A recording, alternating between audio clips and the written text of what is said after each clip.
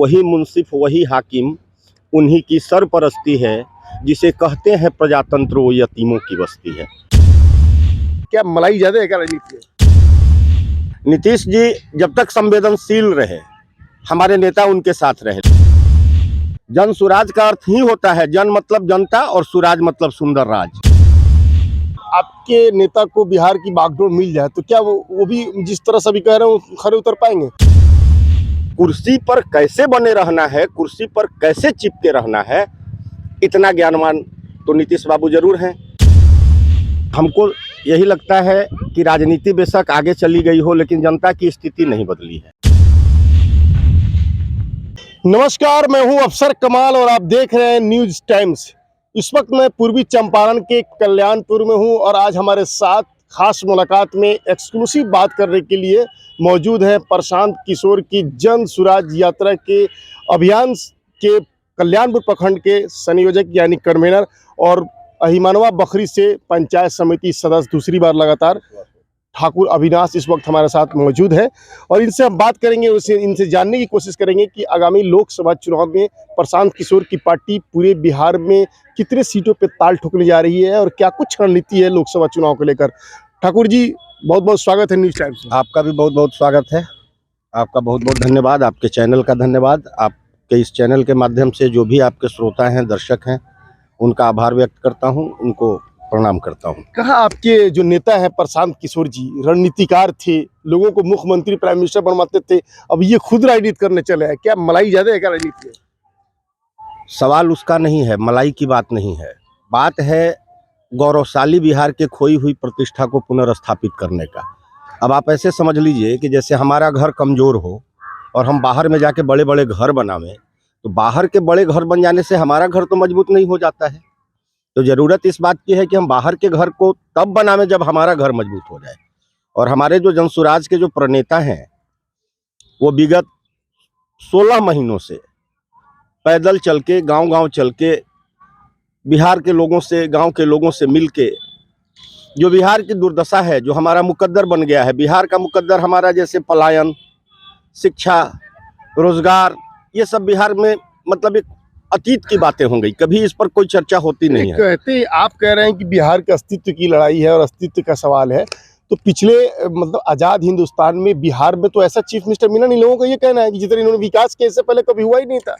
आप विकास का पैमाना आप उन पर लाल छल लगा रहे हैं। नहीं, आपके विकास का पैमाना क्या है? आपके खुद नेता उनकी पार्टी में शामिल भी थे और उनको मुख्यमंत्री बनवाने में एक बार रणनीतिकार का काम भी किए थे। हम शामिल थे, हमारे नेता शामिल थे, लेकिन जब तक उनका चाल और चरित्र बढ़िया था, जब तक, देखिए नीतीश जी जब तक संवेदनशील रहे, हमारे नेता उनके साथ रहे। लेकिन जिस दिन हमारे नेता को लगा कि नीतीश जी में संवेदनशीलता नाम की चीज नहीं रह गई, वो संवेदनहीन हो गए, तो हो सकता है उस आधार पर हमारे नेता ने बिहार के हित में फैसला लिया हो। अब आप गलत करें और हम आपके साथ रह के आपके गलत को सही ठहराने का काम करें, ये तो नहीं किया जा सकता है। एक बात बताइए ठाकुर जी, क्या लगता है जब आपके नेता को बिहार की बागडोर मिल जाए तो क्या वो भी जिस तरह सभी कह रहे हैं खरे उतर पाएंगे? सबका तो यही कहानी है, मौका मिलता है तो फिर सारी बातें भूल जाते हैं। देखिए, सवाल उसका नहीं है, सवाल यहाँ आप जनसुराज को समझिए। पहले जनसुराज के उस अर्थ को समझिए जिसको लेके हमारे नेता विगत 16 महीनों से पद यात्रा पर चले हुए हैं। जन सुराज का अर्थ ही होता है जन मतलब जनता और सुराज मतलब सुंदर राज। तो जनता का सुंदर राज जनता के सहयोग से। अभी तक आप क्या देखते हैं, आपने क्या देखा? 3 दशक से अधिक हो गए इस बिहार को यह पीड़ा झेलते झेलते कि कभी इस खूंटा से निकलता है तो उस खूंटा में बांध दिया जाता है, उस खूंटा से निकलता है तो उस खूंटा में बांध दिया जाता है। कभी किसी ने बिहार और बिहारियों के हक की बात की क्या? कभी किसी ने बिहार के उत्थान की बात की क्या? सबने अपने परिवार के उत्थान की बात आपने देखा ना कितने संख्या में टीचरों की बहाली हुई, 1 रुपया खर्च नहीं, आओ और ज्वाइनिंग लेटर लेके जाओ, मेडल खेला स्पोर्ट्समैन को मेडल लाओ और नौकरी लेके जाओ। ऐसा तो कहीं हिंदुस्तान में हुआ नहीं है। तो इसके आधार पर तो ये आरोप लगा नहीं, इसके आधार पर तो ये बिल्कुल नहीं माना जा सकता कि आप एक चीज और बताइए, डिग्री लेके आओ और नौकरी पाओ, आओ और पाओ की ये स्कीम चल रही थी बिहार में। आप एक चीज बताइए, अभी आज मैं देख रहा था, एक खबर आई है, नवादा जिला का खबर है, एक सर्टिफिकेट पर 800 लोग काम कर रहे हैं। तो आप सिर्फ नौकरी दे देते हैं, तो उससे शिक्षा के गुणवत्ता और शिक्षा के स्तर में आप कैसे सुधार लाएंगे? देखिए, आपको पॉलिटिकल माइलेज लेना है वो एक अलग विषय है, लेकिन अगर आप सचमुच एक बिहारी हैं और आपको लगता है कि बिहार का कर्ज है आपके ऊपर और उसको चुकाना है, तो सिर्फ उसका एकमात्र रास्ता जनसुराज है, और जनसुराज से ही बिहार के कर्ज को चुकाने जी ने का तो बिजली, पानी, शिक्षा, लड़कियों को, लड़कों को स्कॉलरशिप, छात्रवृत्ति, क्रेडिट कार्ड, क्या क्या उन्होंने दिया है, और आपको कुछ दिख नहीं रहा, आपके नेताओं को कुछ दिख नहीं रहा। आप सिर्फ एक पक्ष देख रहे हैं। अगर आपको वो सब कुछ दिखाई देता है तो आपको सृजन भी दिखाई देना चाहिए। आपको बिहार के वो तमाम नकारात्मक चीजें दिखाई देनी चाहिए। आप तो सिर्फ एक पक्ष को देख रहे हैं। नीतीश जी आदरणीय हैं, बिहार के वरिष्ठ नेता हैं, और बढ़ते उम्र का देखिए, उम्र का जो उम्र अपने गति से चल रहा है उस पर किसी का कंट्रोल नहीं होता है, उस पर आपका नियंत्रण नहीं होता है। बढ़ते उम्र के साथ मुझे लगता है कि अब वो थक गए हैं, उन पर उम्र का असर हो गया है। इसलिए एक व्यक्ति, आप एक चीज समझिए, आप अगर परिवर्तन और बदलाव की बात नहीं करेंगे तो सुनील गावस्कर जिस दिन इंडिया के टीम में खेलते थे तो सुनील गावस्कर तो सबसे मजबूत खिलाड़ी थे, तो क्या जरूरत थी उनको रिटायरमेंट लेके बाहर जाने की? बार बार कपिल देव खेलते, सुनील गावस्कर खेलते। अगर वही लोग सिर्फ अगर बल्ला लेके फील्ड में खेलते तो हमारे और आपकी भाई जनता जो चाहेगी वही ना होगा, हमारे और आपके कहने से तो होगा नहीं। तो सवाल है, तो हम लोग तो जनता के बीच जनता की समस्याओं को लेके जा रहे हैं ना। हम अगर जनता से बात कर रहे हैं तो जनता के मुद्दे पर बात कर रहे हैं। अच्छा, हम तो राजनीति कर नहीं रहे हैं। प्रशांत किशोर जी के आप वफादार सिपाही हैं। जब वो चंपारण में घूम रहे थे जनसुराज यात्रा के माध्यम से, तो मैंने देखा काफी आप एक्टिव थे और उनके लिए दिनों रात मेहनत में लगे हुए थे। आज भी हूँ। एक वफादार सिपाही होने के नाते मैं ये आपसे जानना चाहूंगा कि आखिर प्रशांत किशोर बिहार में क्या सोच रहे, क्या करना चाहते हैं? देखिए, प्रशांत किशोर बिहार में, उनके मन में चल क्या रहा है? बिहार की उस व्यवस्था का बदलाव चाहते हैं। किस व्यवस्था का? जहां आज हम बिहारी, सिर्फ हमारा बिहार क्या है, मजदूर सप्लायर की फैक्ट्री है। एक गरीब अपने बाल बच्चा की परवरिश करता है। ये तो वादे बहुत पुराने हो गए। 1952 से ये वादा सब नेता कर रहे हैं, और जब उस पद पे आते हैं ना तो ये सब चीज भूल जाते हैं। उसी रास्ते आपके नेता भी हैं। फिर जब वो चीफ मिनिस्टर बनेंगे ये चीज भूल जाएंगे। देखिए, आप इस तरीके से हमारे नेता को नहीं कह सकते। आप हमारे नेता के धोखा मिला है ना, पिछली हम पूरा हिस्ट्री देख रहे हैं ना। ठीक है, आप हमारे नेता के पहले व्यक्तित्व को समझिए। अगर हमारे नेता को सत्ता पाना ही अगर हमारे नेता का उद्देश्य होता तो हमारे नेता हिंदुस्तान के जिस राज्य से चाहें, मैं डंके की चोट पर कहता हूं, अगर हमारे नेता का उद्देश्य सिर्फ सत्ता पा लेना होता तो बिहार के जिस राज्य से हमारा नेता चाहता वो सदन में जा सकता था, राज्यसभा नॉमिनेट हो सकता था, लोकसभा जा सकता था, या जिस सदन में चाहता मेरा नेता चला जाता। लेकिन देखिए, बड़ी स्पष्ट तौर पर आपको पत्रकार महोदय कह देना चाहता हूं, प्रशांत किशोर जी का उद्देश्य सिर्फ सत्ता पाना नहीं है। हम सत्ता के साथ व्यवस्था परिवर्तन की बात करना चाहते हैं। हम व्यवस्था परिवर्तन की बात कर रहे हैं। कितनी सरकारें आई, कितनी सरकारें गई, हुआ क्या? आज 32 वर्षों में किनकी सरकार है? 15 वर्षों तक आदरणीय लालू जी की सरकार रही। लालू जी के सरकार के आक्रोश के खिलाफ नीतीश बाबू आए। नीतीश बाबू के भी 18 साल पूरे हो गए। आज उसी 18 साल में जिनके खिलाफ नीतीश बाबू आए थे बिहार में, बिहार के लोग उनको सत्ता दिए थे, आपने देखा कि अभी वो किसके गोद में बैठ के सरकार चला रहे थे? देखिए, नीतीश बाबू आदरणीय हैं, वो इतने बड़े कुर्सी प्रेमी हैं कि बिना कुर्सी के वो रह नहीं सकते। कुर्सी पर कैसे बने रहना है, कुर्सी पर कैसे चिपके रहना है, इतना ज्ञानवान तो नीतीश बाबू जरूर हैं। चाहे सरकार, आप किसी को वोट करिए, आप किसी को वोट दीजिए, मगर मुख्यमंत्री आदरणीय नीतीश बाबू ही बनेंगे। तो ये बात आप लोग जहन से निकालिए। देखिए, बात को समझिए। अच्छा, मैं समझ रहा हूँ ठाकुर जी। ये देखिए, पिछले 2-3 महीने लगातार चंपारण में वो जनसुराज यात्रा में थे, उसमें आप भी शामिल थे। बताया जाता है कि एक दिनों में लगभग 4 लाख रुपए के लगभग एक्सपेंस है। बहुत तामझाम के साथ हर वो जगह गए जहाँ पे, और कैंप भी लगाए।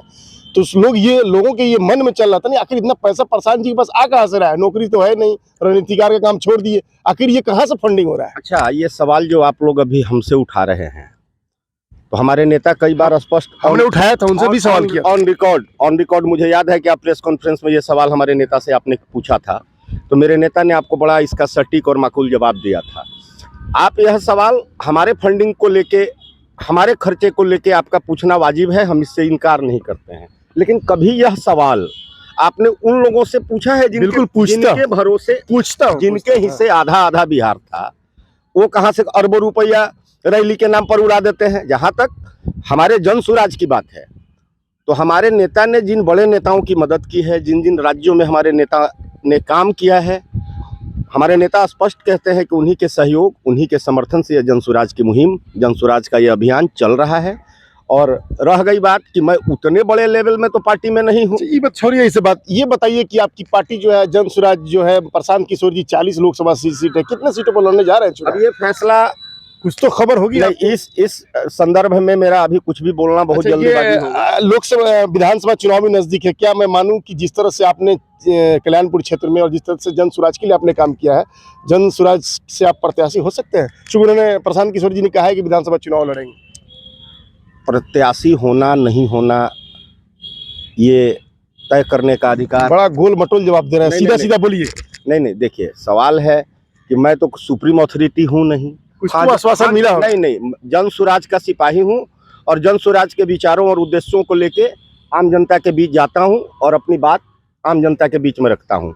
अब क्या होगा नहीं होगा, इसको तय करने का अधिकार हमारे नेता को होगा, जन सुराज के वरिष्ठ लोगों को होगा।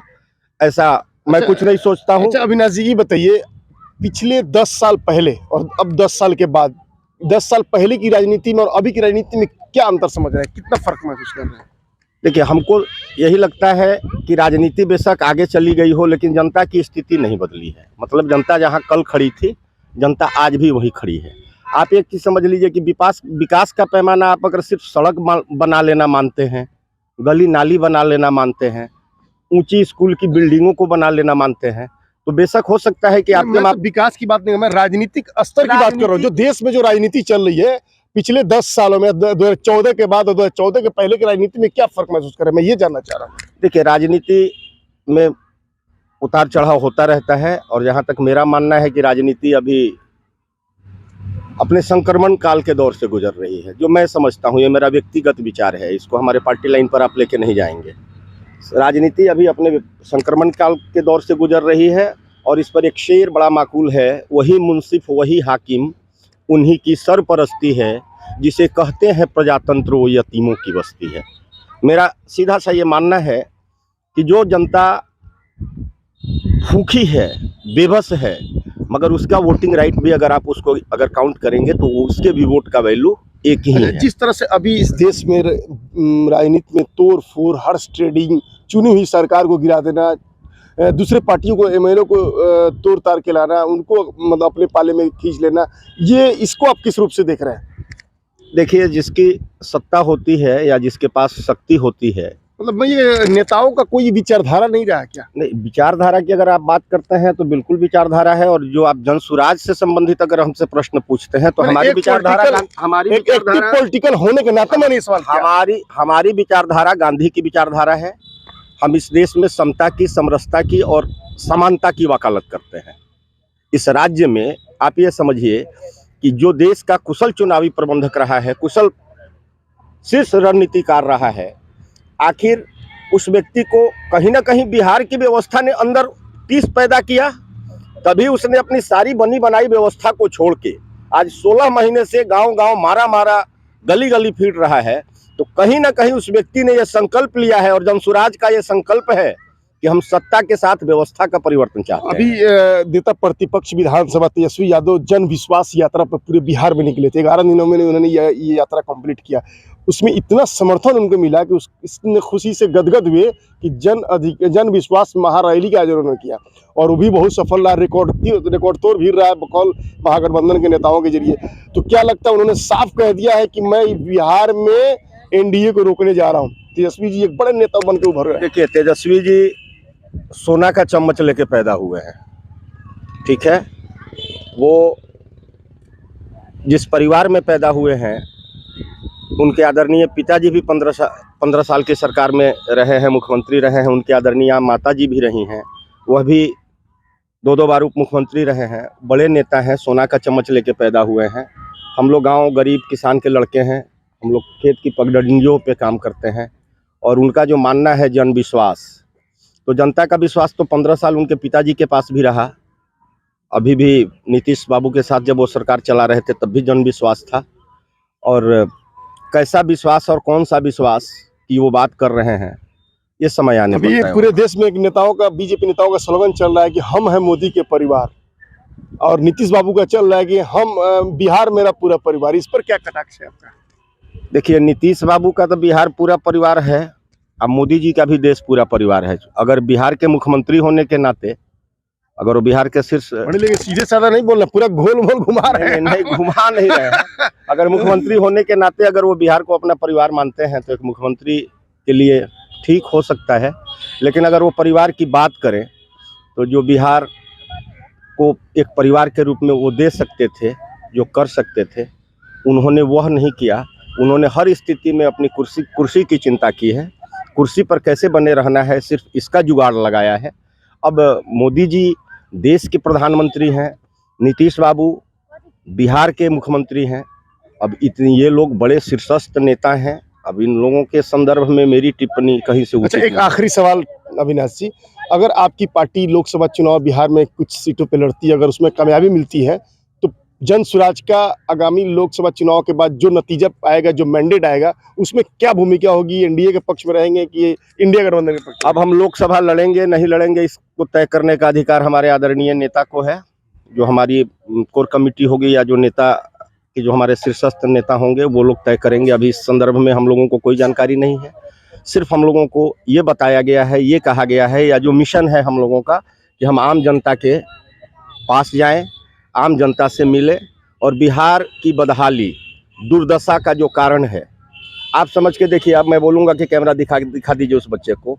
अगर उसके पैर में चप्पल नहीं है, तो अगर लालू जी की बात करें तो लालू जी की तो चिंता अपने बेटे को सेट कराने के लिए को है कि उनका बेटा कैसे सेट हो जाए।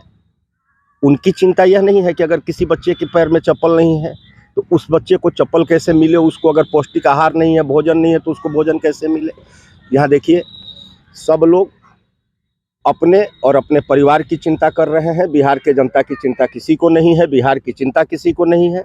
सबको अपनी और अपने परिवार की चिंता। बहुत बहुत शुक्रिया हमारे साथ अब अपना कीमती वक्त देने के लिए। आपका बहुत जैसा कि देख रहे थे कि हमारे साथ इस वक्त बात कर रहे थे जन स्वराज के वरिष्ठ नेता और जन स्वराज अभियान समिति के कल्याणपुर के संयोजक ठाकुर अविनाश।